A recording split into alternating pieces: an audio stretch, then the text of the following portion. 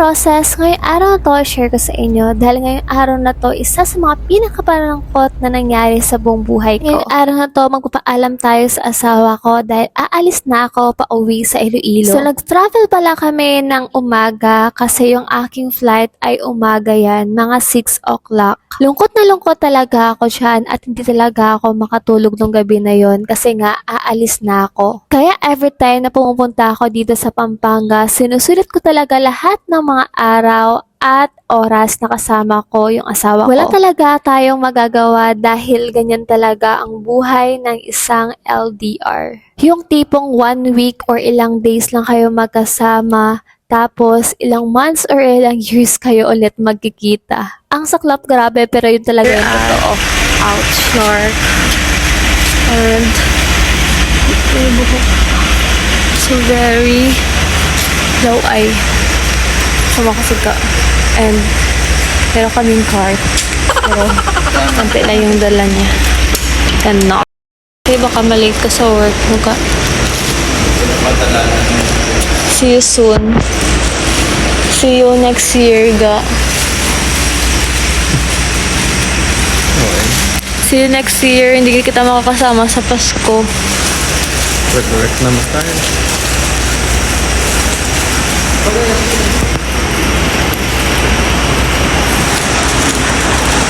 Tagal-tagal mo, gidi ah.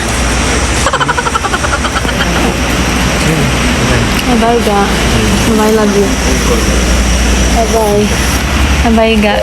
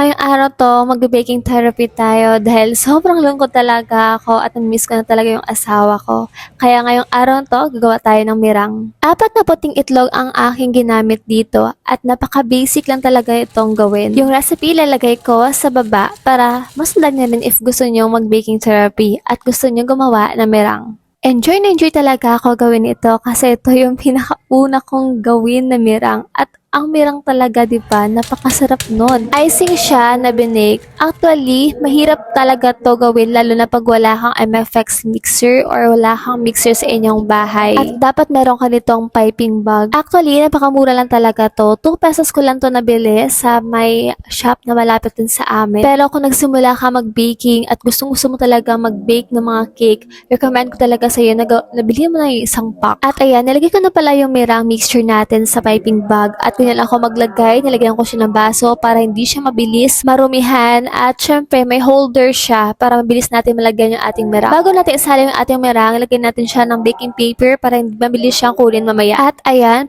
ikot-ikutin mo lang siya ng parang ganito at napakasimple lang.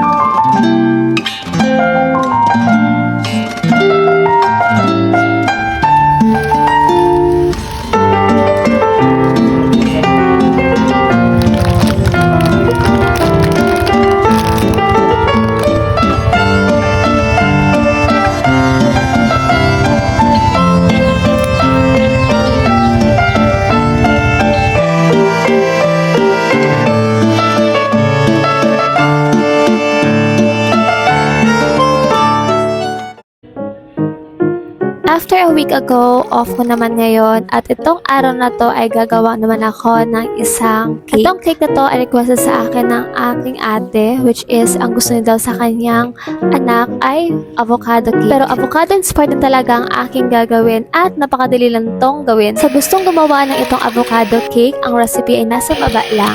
Bali, dalawang cake ang aking ginawa dito. Yung isa is yama at yung isa naman is chocolate cake.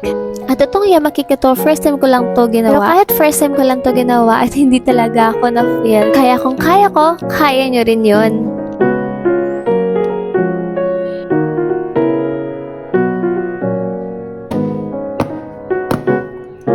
Sa toppings naman ng ating cake, itong dalawang itlog ang aking nilagay tapos naglagay ako ng isang condensed at evaporated milk. Yun lang yun. So, ito, hindi na siya malamig and pwede natin siya ilagay na sa ref. See? Ito talaga yung kanyang texture. Yan. Kita nyo ba? Pinalamig ko lang yung ating toppings tapos eto na ako, nag-focus na ako sa ating chocolate cake. Ito lang pala yung dalawang cake tapos nilagyan siya ng ating toppings sa taas. Ayan, napakasimple lang talaga yung ating design. Nilagyan ko siya ng almonds at saka toppings. Anak ko. Nandito naman ulit ako sa Bacolod after na 5 araw ng aking off. Ang lungkot nga kasi nga dapat marami pa talaga akong i-share sa inyo ng mga recipe na ako gagawin kaso limited ang aking oras. At ayan, habang nag-video ako, may nakita ko ditong kakit na ibon. Actually, dito kami ngayon sa Uncle George, dito sa May Bacolod. In fairness, ang ganda talaga ng kanilang restaurant kasi marami ka nga dito makikita mga ibon at gilid siya ng isang dagat. Yung sinaserve pala nila is most on seafood at every night dito may pabanda. Kung paborito mo yung seafood at saka gusto mo mag-chill-chill at manood ng mga banda, pwede ka talaga pumunta dito sa Uncle George. Ayan, all girls kami at ayan pala yung aking mga kasama at syempre pinakita ko din kay Guy yung aking pinuntahan dito sa Bacolod. Kung mahilig ka sa buko, meron dito at ang mura niya lang talaga. Ang sarap naman talaga kumain ng seafood lalo na pag isang kawali yung isa-serve sa'yo. Every person, 300 plus yung aming bayad dyan at saka maraming kadal talagang makakain na seafood dyan. Tapos yung mga seafood dyan is may mga crab sila, tapos may mga scallops, tapos shrimp, tapos may mga green shell. Ito yung aligay ng crab nila. Ang sarap talaga, diba? At saka ang saucy talaga niyan. Meron din pala yan corn. Tsaka itong scallops na paborito ko talaga yan. Reflex talaga sa inyo kung gaano siya talaga kalaki at saka ka-yummy. Unang kagat, scallops talaga yung lasa, syempre. Matakaw talaga ako pag ganito talaga yung ulam na isa-serve sa akin.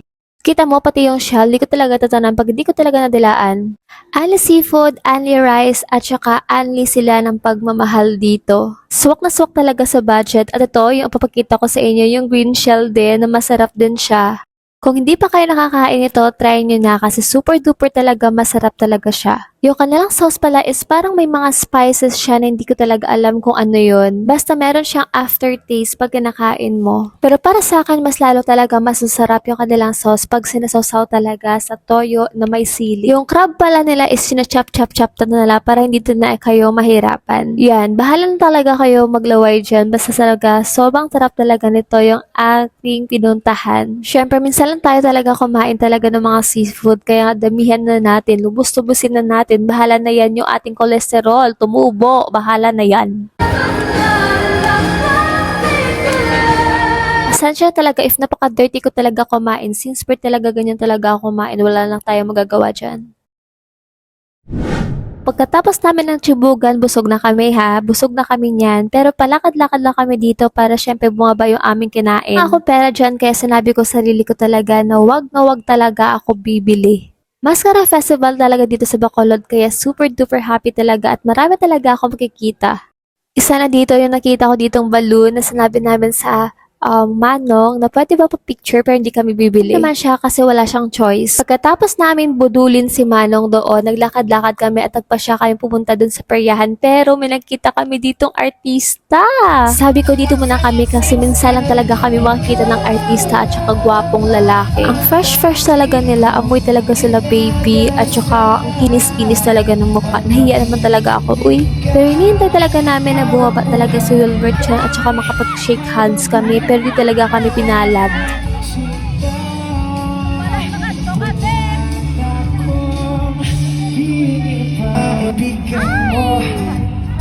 Kahit Kahit anong sigaw ko talaga siya na bumaba siya at nakipag-shake hands kami pero ayaw talaga. Di na kita papanoorin sa Viva Max.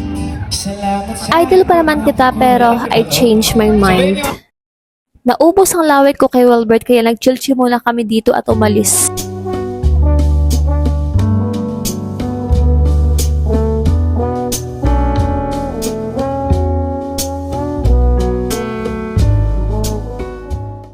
Ang ganda naman talaga ng aking umaga, sinabayan mo pa ng masarap at matamis na kape. With coffee pala ito at saka 15 pesos lang namin to siya nabili.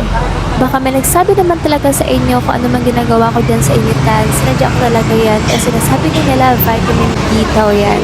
Siyempre yung pagpilat sa araw, hindi naman talaga puro ikaitiman yan. Siyempre meron din yung vitamins. Pagkatapos ng aking 10 days duty, umuwi na nga ako dito sa bahay at excited talaga ako kasi may iniisip talaga akong gawin. Ito yung graham na may mango, na may cream. Basta, ang tawag talaga doon is mango ice cream sandwich. Palagi ko itong nakikita sa TikTok at gusto-gusto ko talaga itong itry pag uwi ko. At ayan nga, ginawa ko na siya agad. I-mix mo lang sa bowl yung condensed at saka yung Nestle cream. Tsaka i-beat mo siya until ma-double yung size. Napakasimple lang talaga ito gawin, promise. Di talaga ito nakakapawis. I think mga 20 minutes ko lang to ginawa. Yung totoo talaga, mangga talaga yung nabulok na siya. Bulok na siya kasi nga ibaliw talaga ako kasi nilagay ko talaga yung mangga sa loob talaga ng freezer. Tapos, akala ko talaga, pag nalagay ko talaga yung mangga sa freezer, mag-stop na yung pagkabulok niya, pero hindi talaga. Pinatay kasi ni mama yung ref. Actually, 2 mangga yan, pero yung isang mangga na save ko siya. Tapos, yung isang mangga tinapon ko, at yung isang mangga naman ay pinili-pili ko lang yung mga side talaga na pwede pakainin. Ganun talaga. Pag may gusto talaga akong bagay at gusto ko talaga siya matikman, gagawin ko talaga at gagawa ko talaga ng siyang paraan. Kaysa naman, pupunta pa naman ako doon sa may grocery or sa may bayan, ang layo at saka mahal talaga ng pamasahe. Tapos minamadali talaga ako yan sa paggawa kasi nga gusto kong talagang pumunta dun sa Oton kasi nga mag-vote pa ako. Kaya iyan, imbis na medium lang yung volume ng mixer ko, ginawa ko na siya ng full talaga na speed. Ayan, pag ganito na yung kanyang consistency, pwede mo na siya lagyan ng mango. Ayan pala yung aking mangga na sinasabi ko sa inyo.